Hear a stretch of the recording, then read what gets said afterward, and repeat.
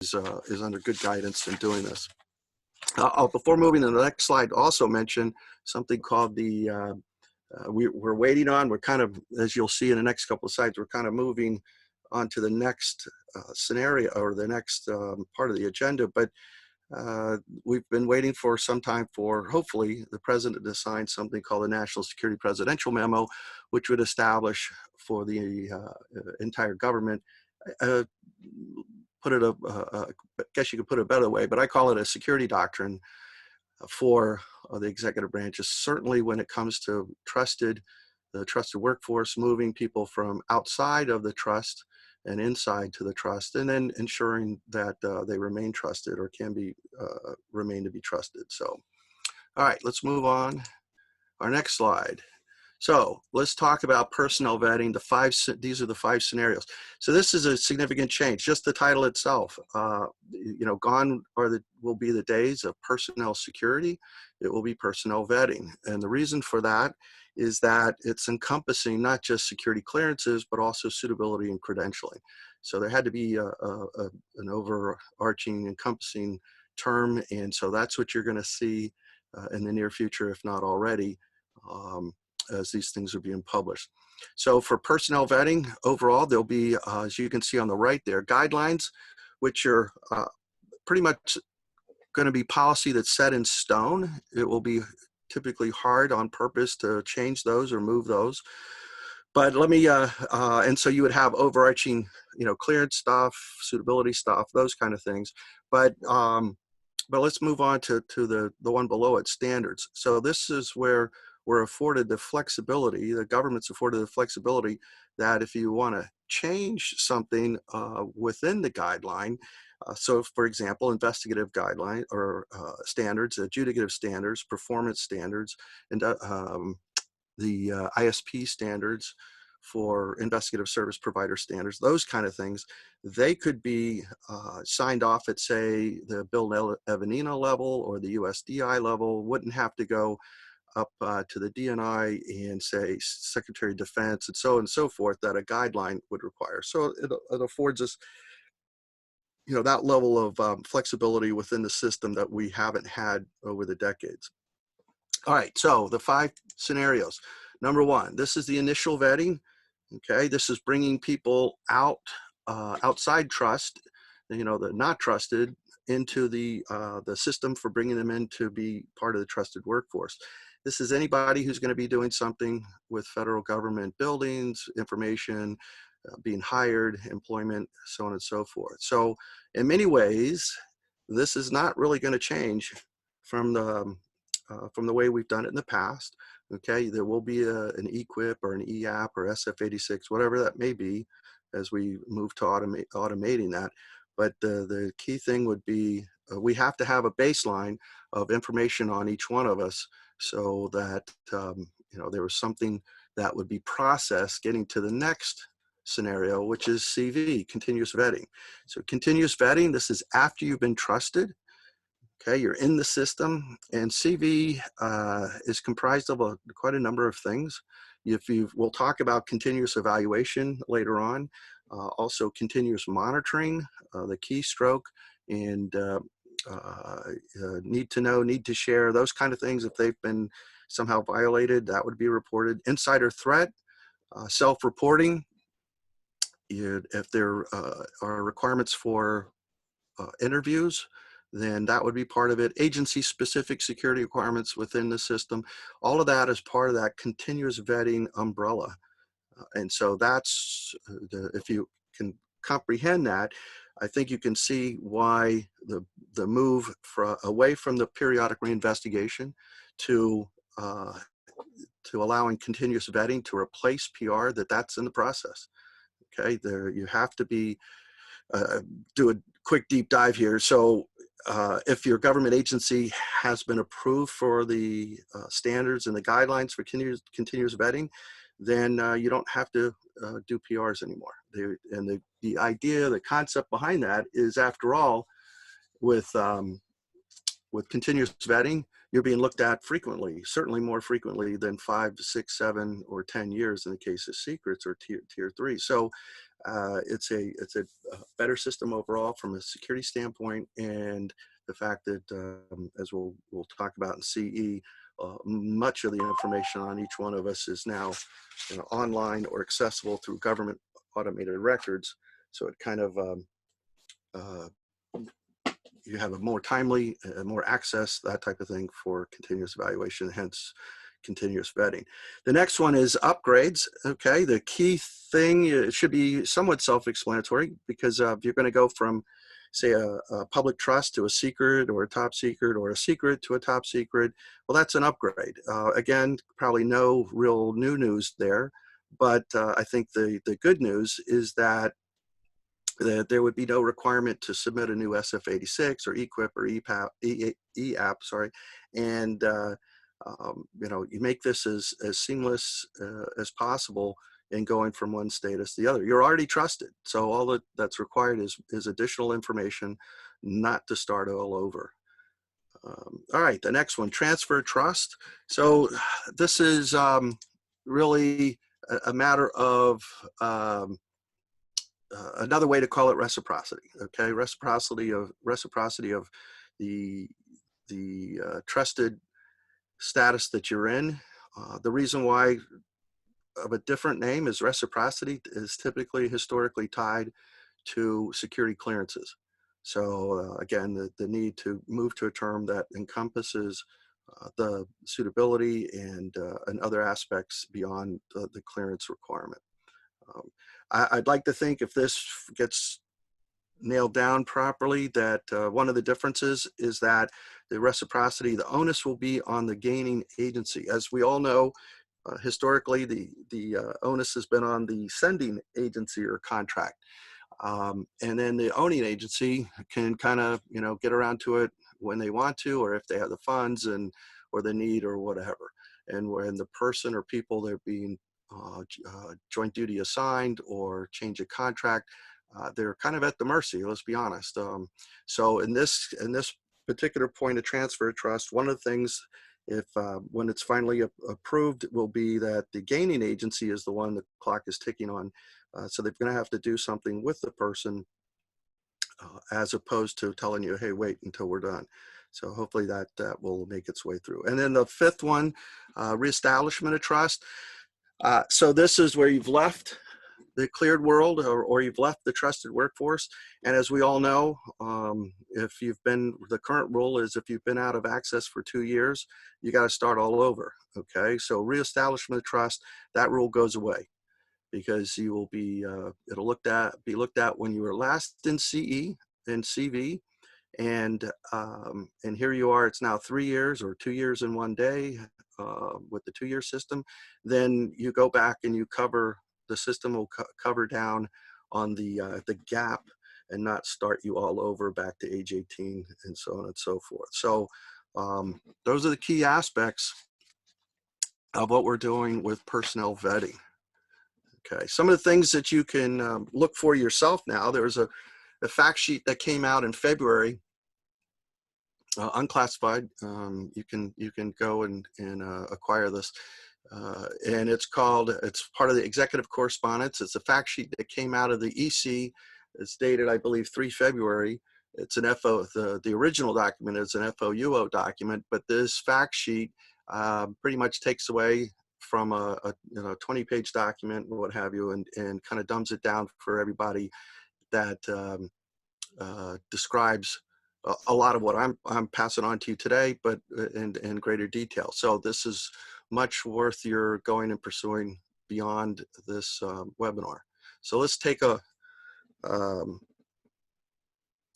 look at this. Okay, some of the things that we're talking about. So while we're waiting for TW20 to get finalized, and what I mean by that is it's got a TW20 is yet to be vetted by the entire executive branch. And if you've been around a while, you know that's going to be a significant challenge. It'll take some time. It was supposed to begin last fall. It has slipped, and now it's slipped further because of the current crisis situation. So that vetting of 2.0 is ongoing or has been delayed. So what the executive correspondence has done is said, hey, we don't have to sit here and wait. And so essentially you establish what we'll call we're calling it Trusted Workforce 1.5, right? The crawl, walk, run. Let's try to get there. And some of the things that are described in the document, and essentially all of them have to do with Tier 3 and Tier 5. So the secrets and top secrets. So we'll address the suitability folks towards the end of this, but understand that the EC is targeted for Tier 3s and Tier 5s.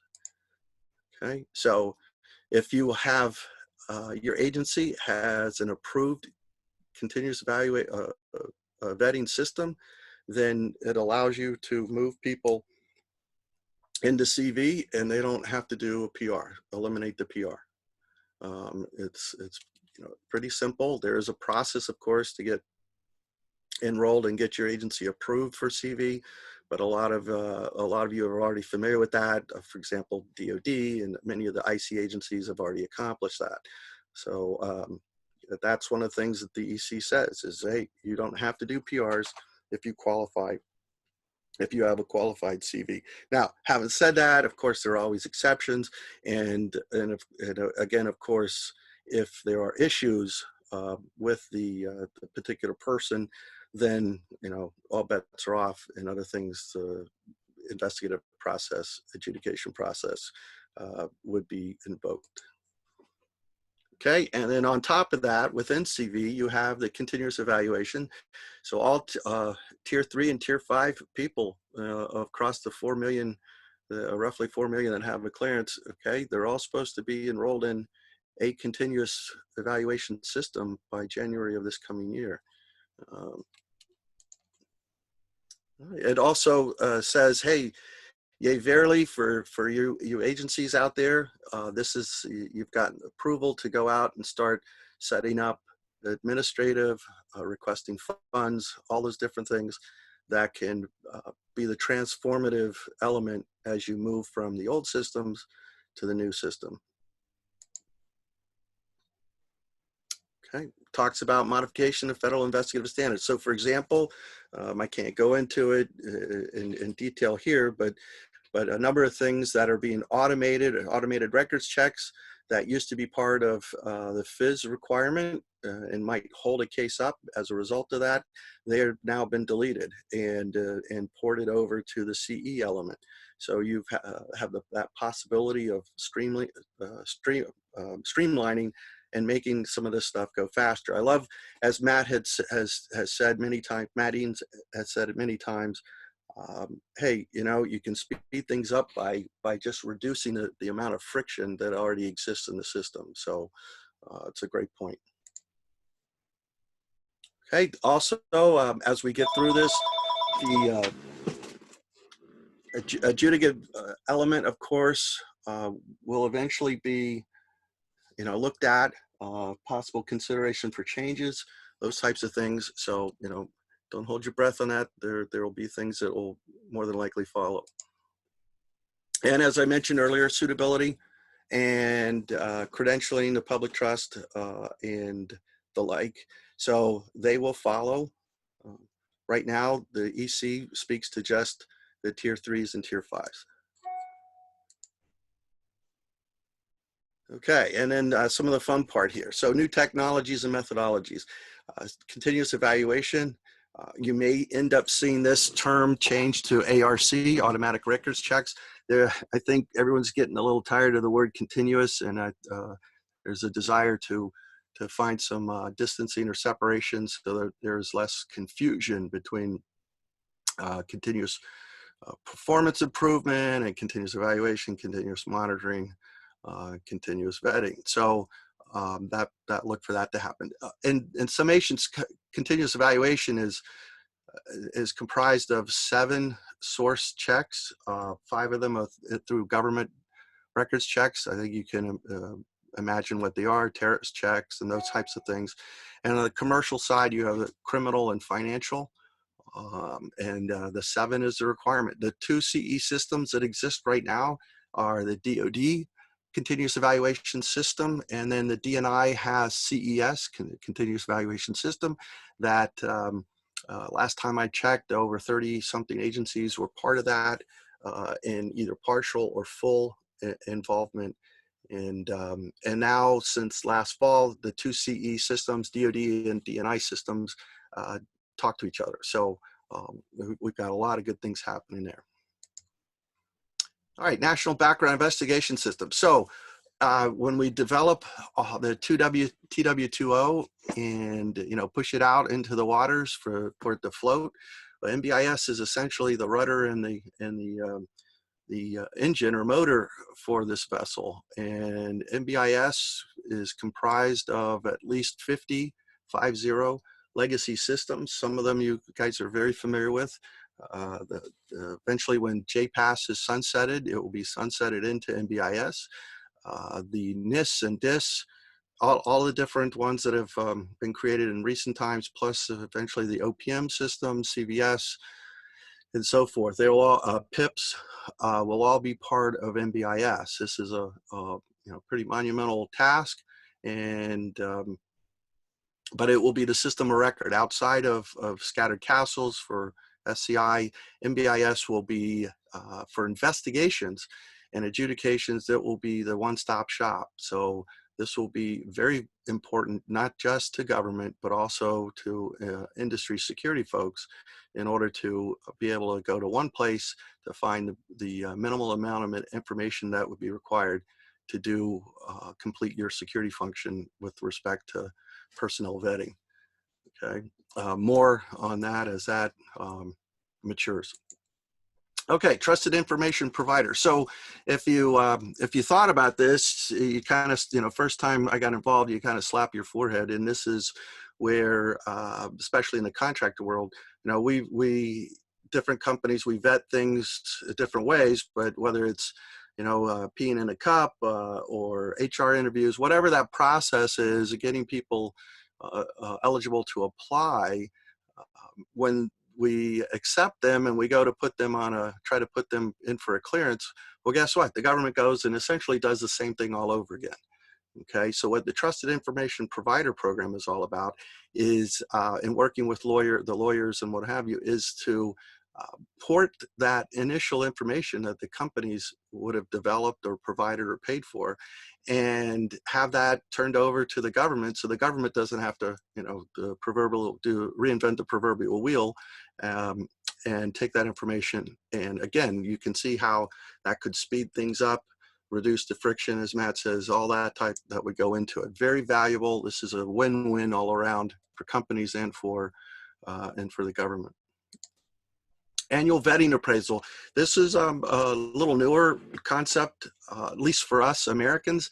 The Brits, Aussies, and New Zealanders, they've been using something like this for some time. And what this essentially does, this is something prized by Bill Avenina. And essentially what it is that on an annual basis, your supervisor essentially gives you the direct reports a security appraisal. Have you done these? I think we're down to 21 questions. Fill in these 21 questions on the people who work for you, who have a clearance or who are otherwise trusted. So that's very important and part of the process. And that would go into the continuous vetting element. And then also, of course, improve the state, local, tribal. So basically, last time I checked, there are well over 2,500 state, local, tribal organizations across the country that do not report into national criminal indexes. So this is one of the things that trying to improve that in different ways, whether getting them equipment, purchasing it for them, providing whatever it is to get them on board.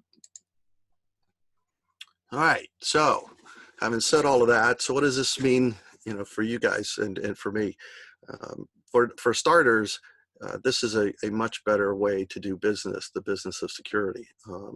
The metrics that can come from this, knowing where people are, being able to go to one-stop shop, having forms like the e-app, and the beauty of the e-app, by the way, this isn't on front burner, it's on the back burner, but eventually the e-app instead of being the one and done type of form that it's been in the past, or the eQuip has been in the past, this would be the portal you would go into to register your reporting requirements, your trip to the islands, or birth of a son, daughter, divorce, whatever it is, that would be part of that in the future.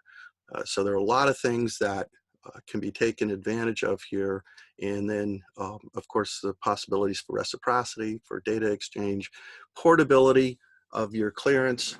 Again, whether you change companies, can you change contracts, your joint duty assignment, TDY somewhere, the ability to have access to this information. And Andrew, I'll turn it back over to you. Just wanted to check if I had anything else to kind of wrap things up. Yeah, there is for those who may be aware, has been a plan to move to 3 tiers from the current 5 tiers. I think with the COVID, that's kind of on hold right now, but it makes a lot of sense to a lot of people to change that. And hey, we're supposed to be in the 21st century, right? So we got to move toward where the information is, and we've got to find a way to embrace it in order to be more effective in the security profession. Andrew, thank you, and back to you. Oh, thanks, Mitch. I appreciate your comments. So we have a few questions. So let me start with the first one. Will JPass transfer into this before NBIS is initiated? Is that a trick question? It is. All of them are tricky, okay? I don't know. I'm hopeful, probably like others. I just heard unofficially that JPass's the sunset date is now moved to 1 January from 1 September. So I'm hopeful, but cautiously optimistic. Got you. And another one related to similar subject. Is there any time frame for the NBIS launch/migration? Not that I know of. And this is another tricky one.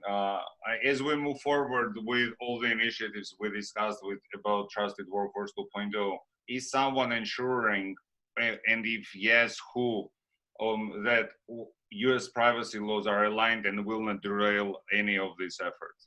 Oh, let me tell you, that is very much front and center in everything that's being done. I know my time at the PAC PMO, for example, the Chico, the HR directors across the government, the lawyers across the government, they all have eyeballs on this in a positive way.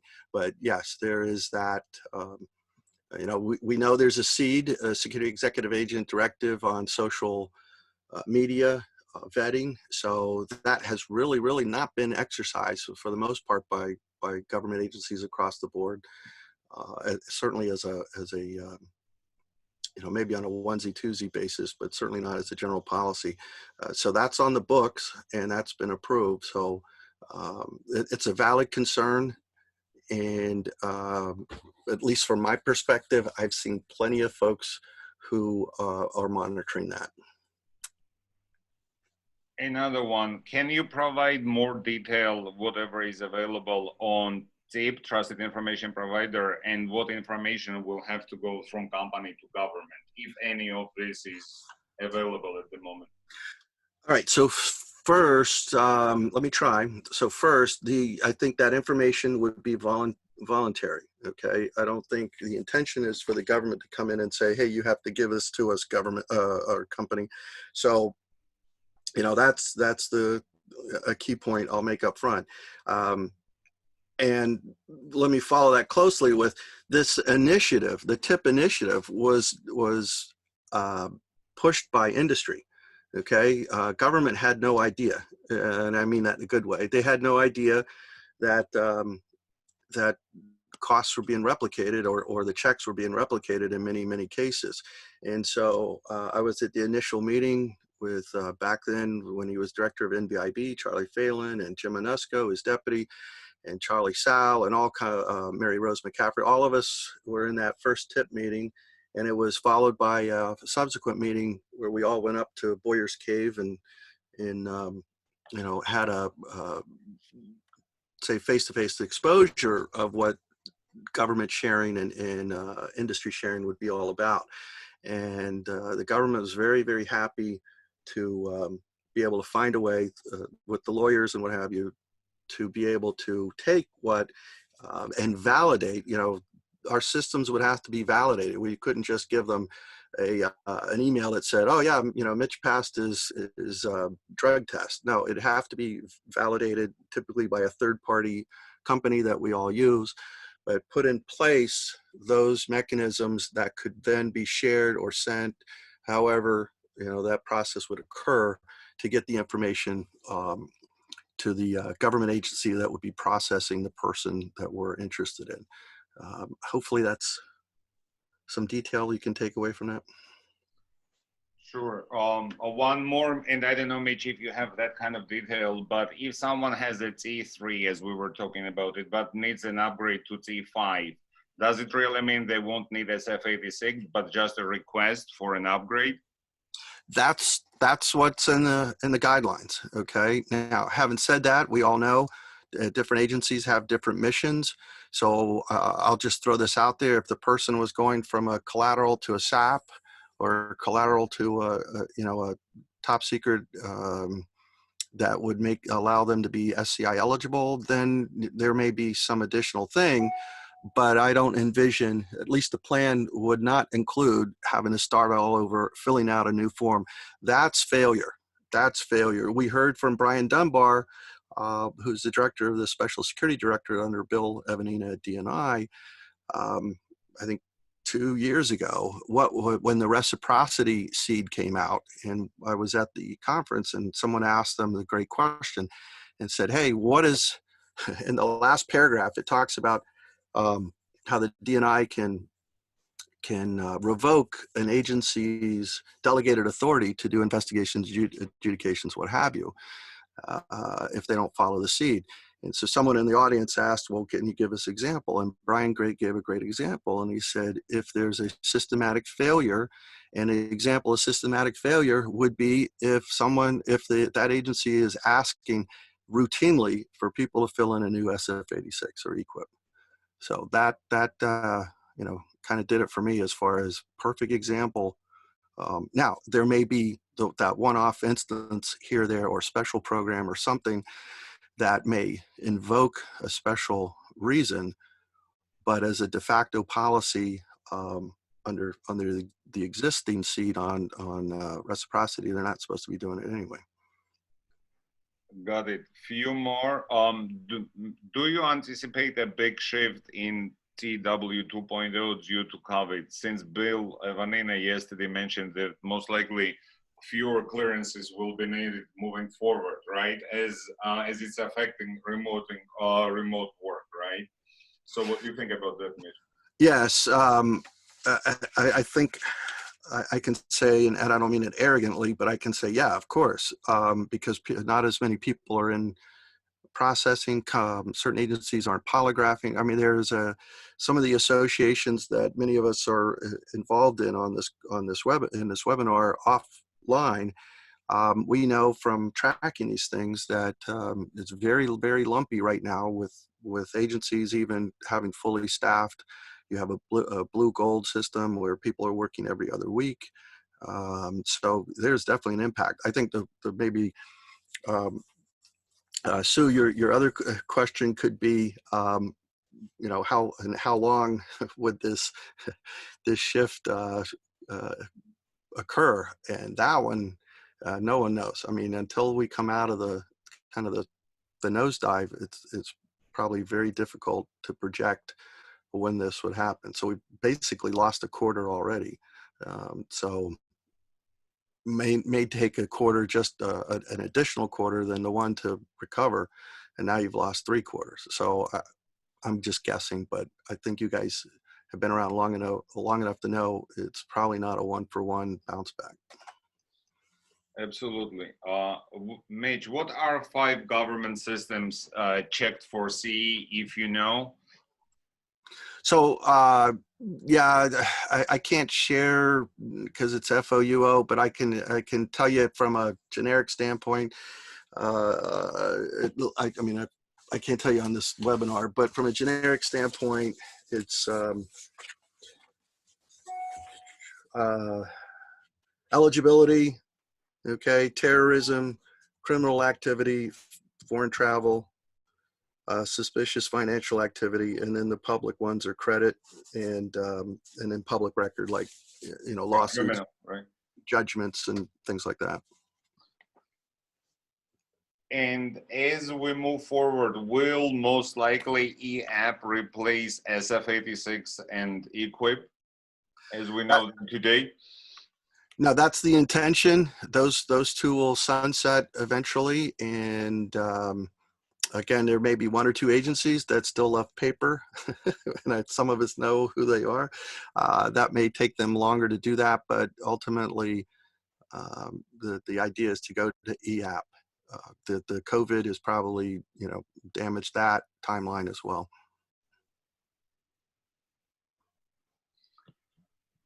Understand. Thank you, Mitch. I think we don't have any more questions, and we can get. Thank you for all your insights. And I wanted to wish everyone happy Memorial Day. Hope you and your family stay well and safe. Thanks again for joining us. And I think we can get back everyone 7 minutes on this Friday. Thanks again. Thank you, Andrew. Bye, Mitch.